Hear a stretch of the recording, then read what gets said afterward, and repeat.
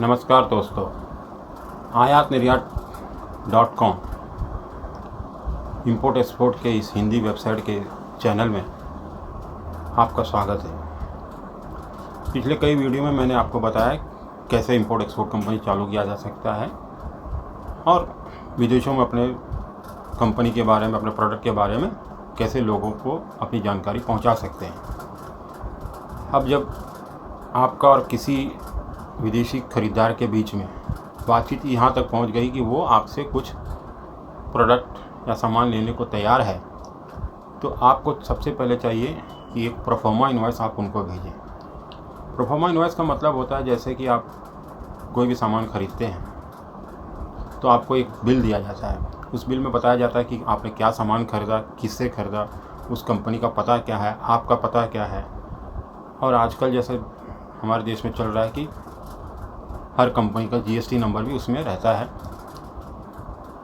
ताकि इसको एक लीगल स्टेटस मिले बिल को, इनवॉइस को। उसी तरह जब आप अंतर्राष्ट्रीय व्यापार करते हैं तो आपको चाहिए कि पहले अपना एक प्रोफार्मा इनवॉइस बायर को भेजें और वहाँ से उसका कंफर्मेशन भी ले लें। इसमें आपका पूरा पता रहेगा। यहाँ पर वही पता देना है आपको जो आपने आईसी कोड में दिया है। इसमें आप अपने कॉन्टैक्ट डिटेल भी डाल सकते हैं। उसी तरह ख़रीदार के पूरा नाम, पूरा पता, देश का नाम भी रखेंगे।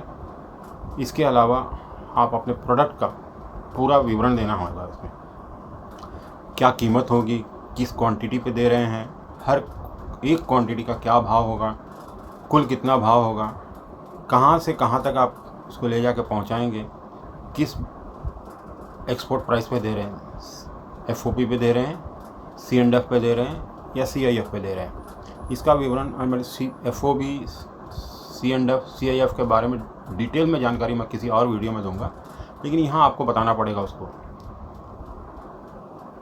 अब आपके प्रोफार्मा इनवॉइस में पैकिंग का डिटेल भी होगा, शिपिंग का मोड का भी डिटेल होगा। मतलब आप हवाई जहाज़ से भेजेंगे इसको या पानी के जहाज़ से। हवाई जहाज़ से भेजेंगे तो इसका जो भाड़ा होता है पानी जहाज़ से भेजने वाले भाड़े से ज़्यादा होता है। इसका आपको ध्यान रखना पड़ेगा। इंश्योरेंस के बारे में भी आपको जानकारी ले लेना चाहिए ताकि किसी तरह का आपको नुकसान ना हो। मतलब इंश्योरेंस आपके गोडाउन से लेकर के क्लाइंट के गोडाउन पहुंचने तक कवर होना चाहिए, गोडाउन टू गोडाउन। अब आता है आपके और क्लाइंट के बीच में प्रोफार्मा इनवॉइस के बारे में आपको एग्रीमेंट हो गया। मतलब क्लाइंट से प्रोफार्मा इनवॉइस का कंफर्मेशन आ गया। अब क्लाइंट जो है, कई क्लाइंट जो है प्रोफार्मा इनवॉइस के पहले सैंपल मंगाते हैं या प्रोफार्मा इनवॉइस के बाद में भी सैंपल मंगाते हैं। विदेशी व्यापार में सैंपल भेजना एक आम बात है। सैंपल कई चीज़ों का भेजा जाता है नॉर्मली, जैसे आपके तैयार कपड़े हैं, शर्ट पैंट, लेडीज़ गारमेंट्स है, बच्चों के कपड़े हैं, खाने पीने की वस्तुएं जैसे अचार हुआ, पापड़ हुआ या चावल हुआ, दाल हुआ, ये सब सैंपल भेजा जाता है। या कुछ डाइस एंड डाई इंटरमीडिएट्स हैं, पेंट्स हैं, ग्रीस है, आई मीन इंजीनियरिंग प्रोडक्ट के भी नट बोल्ट्स हो सकते हैं या टूल्स हो सकते हैं।